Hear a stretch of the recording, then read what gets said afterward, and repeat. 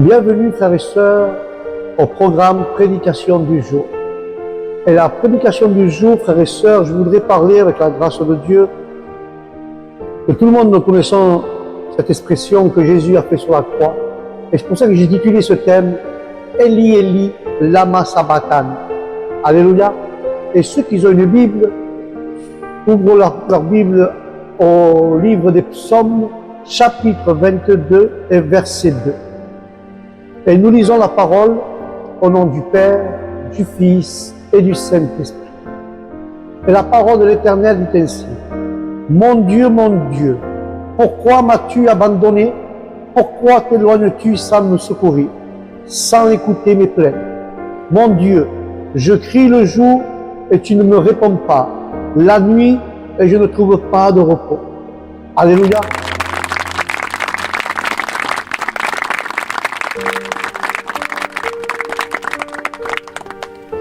Quand nous voyons, frères et sœurs, ce psaume est étonnant, excessif, tant dans la description de l'abaissement que dans la vision du rétablissement du roi.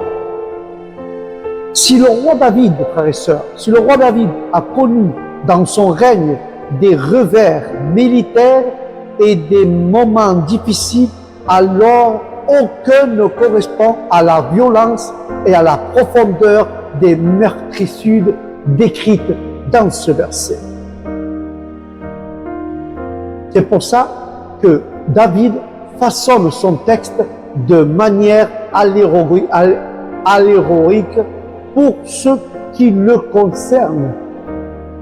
Pour ce qui le concerne, David est en train de dire de cette manière, comme Jésus, je suis dans la détresse. David est en train de dire, je suis dans la détresse, écrit-il.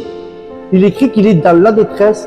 Si j'étais entouré de taureaux furieux, représentant mes ennemis, comme si j'étais dépouillé, même de mes vêtements amaigris et percés de blessures. Le roi David est en train de décrire ses plaintes, ses cris. Et c'est pour ça que ce psaume exprime toute sa détresse, son désespoir, de façon symbolique, frères et sœurs. Comme si Dieu lui avait retiré tout soutien. La fin de ce psaume, que je vois de telle manière, je vous invite à le lire ce psaume.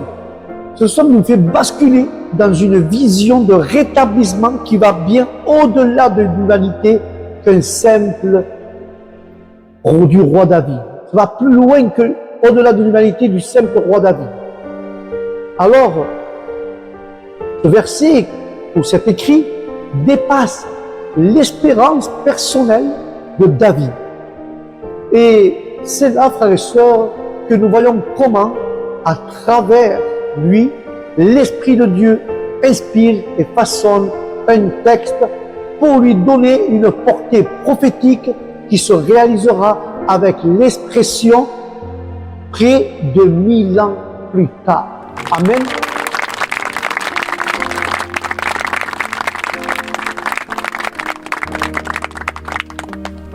Et là, nous allons voir une prophétie qui s'accomplit en Christ Jésus.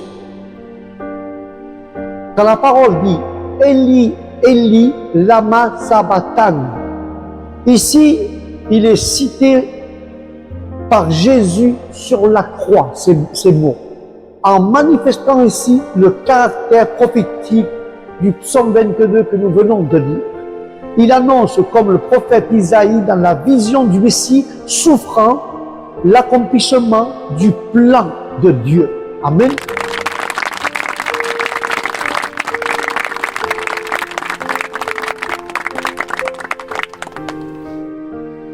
Et là, nous pouvons voir, frères et sœurs, ses pieds, ses mains percées, car le Christ voit le partage de ses habits, de sa tunique. Il subit aussi de la moquerie, des colibés, aussi de l'humiliation, de la détresse, de la souffrance et la mort qui précède la glorification au nom de l'Éternel.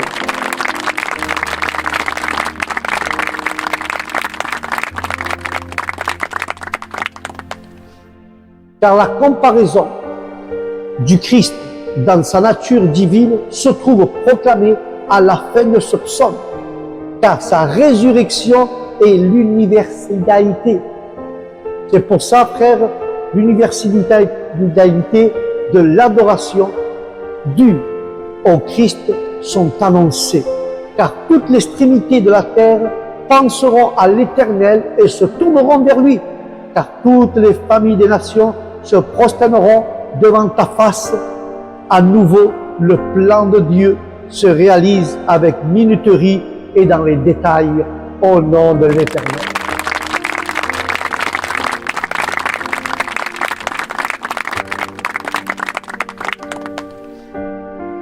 Et là, nous pouvons voir le fidèle abandonné de Dieu.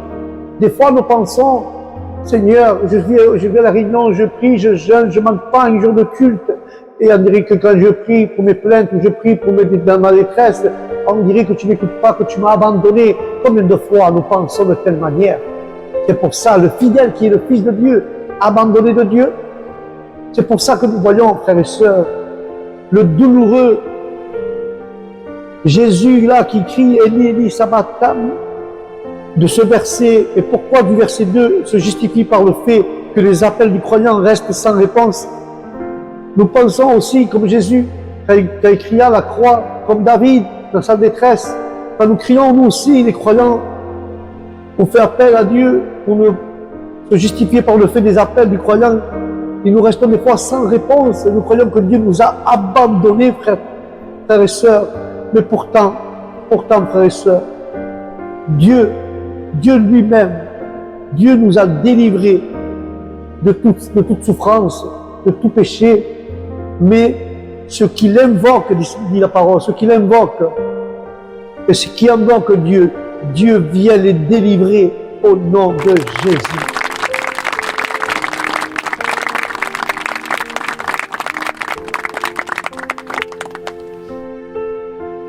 Mais dans ce cas, frères et sœurs, dans ce cas-ci, au jugement de tout le monde, il ne répondra pas.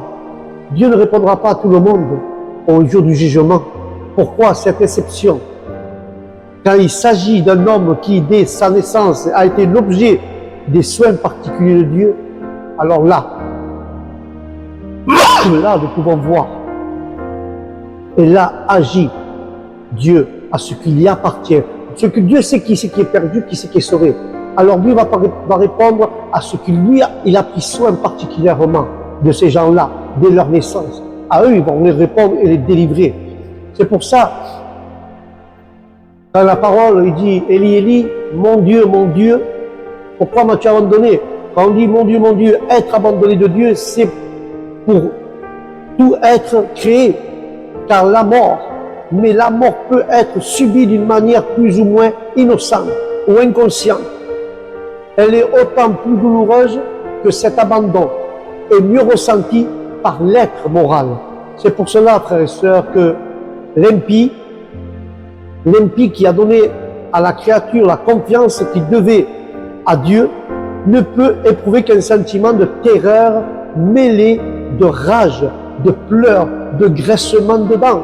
Lorsque les choses, frères et sœurs, visibles lui échappent et que Dieu le livre à l'abandon et qu'il a recherché lui-même, l'homme, Dieu qui s'est habitué à dépendre de Dieu pour toutes ces choses et vivre de ses délivrances et à tout rapporter à sa gloire, trouve dans cette mort une amertume plus poignante et encore, si possible, au nom de Jésus.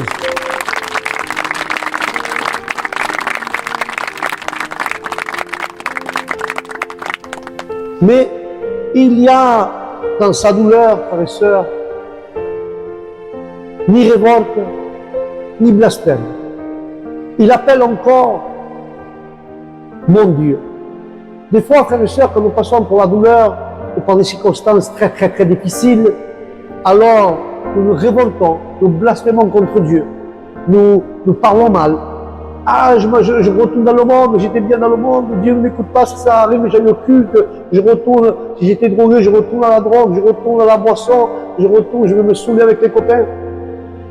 Mais Jésus nous montre que dans la douleur de David et de Jésus même, dans leur douleur, il n'y avait ni révolte, ni blasphème. Et il continue à appeler le Seigneur mon Dieu. Et par ces cris d'appel, nous devons faire pareil.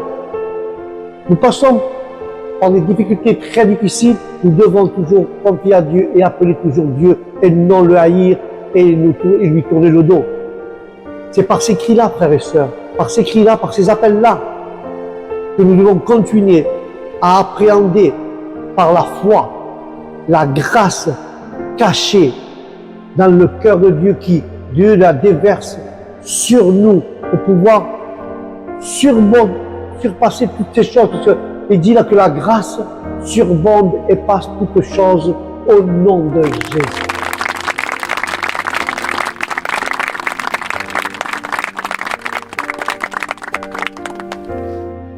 Mais dans cet élan de l'âme qui ne rencontre que le vide, se transforme en un sentiment inexprimable d'angoisse. Quand nous sommes abandonnés, que Dieu nous écoute plus, nous avons un sentiment d'angoisse que Dieu réprimande. Mais si nous confions en Dieu, cela et à sa grâce qui déverse sur nous, nous allons passer ce problème, nous allons le surpasser, car sa grâce surabonde. La grâce surabonde, elle passe au-dessus de tout. Mais si tu ne te laisses pas, et tu blasphèmes, et tu te fâches contre Dieu, parce que Dieu ne t'écoute pas, tu crois qu'il t'a abandonné, alors c'est ça, ce vide-là va se transformer, frère et sœur, en un sentiment inéprimable d'angoisse. Si tu as de l'angoisse, remets-lui à Dieu et confie en Dieu. Ne pêche plus avec ta bouche parce que Dieu t'a abandonné, je ne veux plus à la réunion, je veux retrouver ce que j'étais avant. Non! Car ça va t'amener à une dépression, à des angoisses, à de l'anxiété que Dieu réprimande au nom de Jésus. Mais laisse-moi te dire que dans cette douleur, je ne sais pas comme David, si tu passes dans cette douleur, n'a pu être ressentie dans sa plénitude que par celui qui n'a jamais péché. Et c'est sur ses lèvres seulement de David que le pourquoi du psalmiste a fait légitime. Parce que partout ailleurs, le mal commis, connu ou ignoré est une explication suffisante de l'éloignement de Dieu, de temps et tenant éloigné. Car le péché te tient éloigné de Dieu. Laisse-moi t'expliquer cela. Si tu passes par une douleur, par une souffrance, je ne sais pas, et que tu te lèves, tu dis pourquoi je dois passer par là, pourquoi Dieu ne me répond pas, pourquoi je n'ai pas de réponse, alors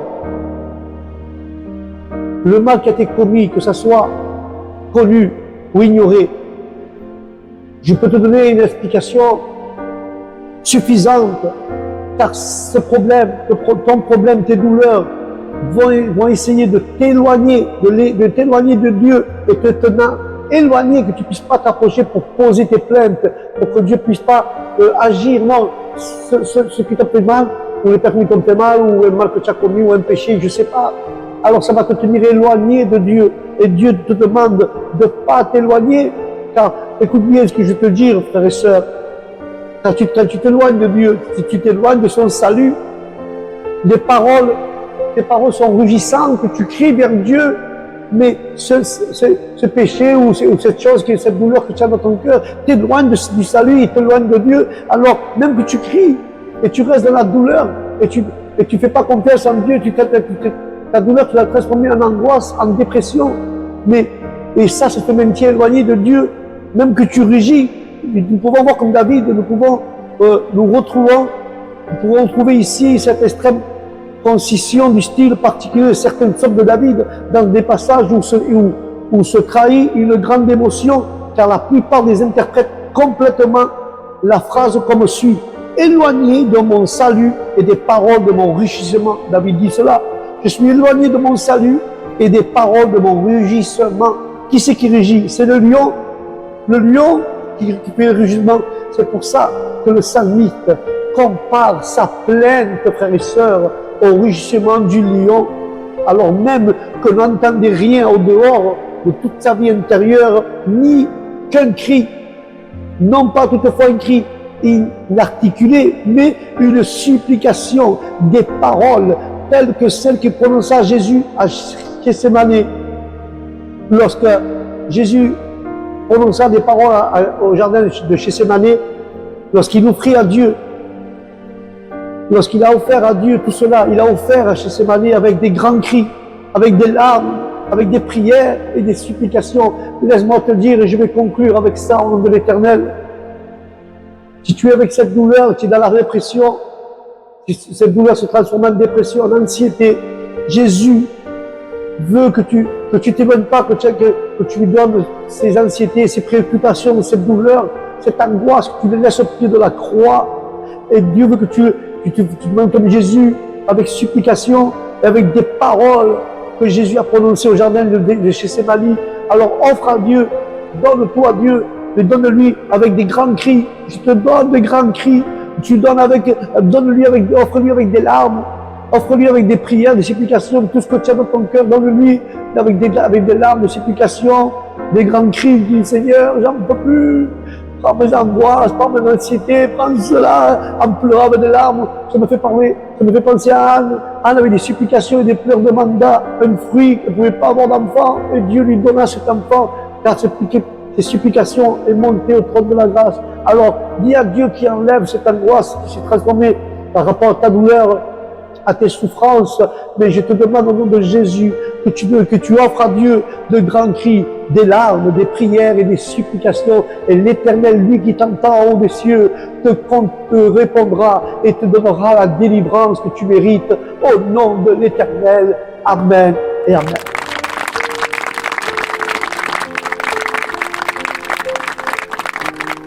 Voilà mes frères et mes sœurs. C'était la prédication du jour. Le thème, c'était Eli, Eli, lama sabachthani. Sur ce, frères et sœurs, que Dieu vous bénisse. Mais n'oublie pas, Dieu ne t'a pas abandonné. Offre-lui des larmes, des prières, des supplications, et tu verras comme il va te répondre. Dieu ne t'a pas abandonné. Tu sais, c'est l'éloignement de cette douleur, et c'est l'éloignement du péché, quelque chose que tu as dans ta douleur, qui t'a éloigné du salut de Dieu. Dieu t'écoute, mais c'est cet éloignement que tu dois laisser. Tu dois dire, Seigneur, enlève-moi ce qui m'éloigne de toi pour pouvoir entendre ma voix et me libérer de mes angoisses, de mon anxiété et de ma dépression. Tu verras que Dieu le fera. Mets ta foi en pratique au nom de Jésus. Sur ce, que Dieu vous bénisse, que la paix de Dieu soit avec vous et vos familles. Et je vous dis au prochain programme, prédication du jour, que la paix soit sur vous et sur vos familles et que le Saint-Esprit vous accompagne dans toute la vérité des Écritures. Au nom de Jésus. Amen. Shalom.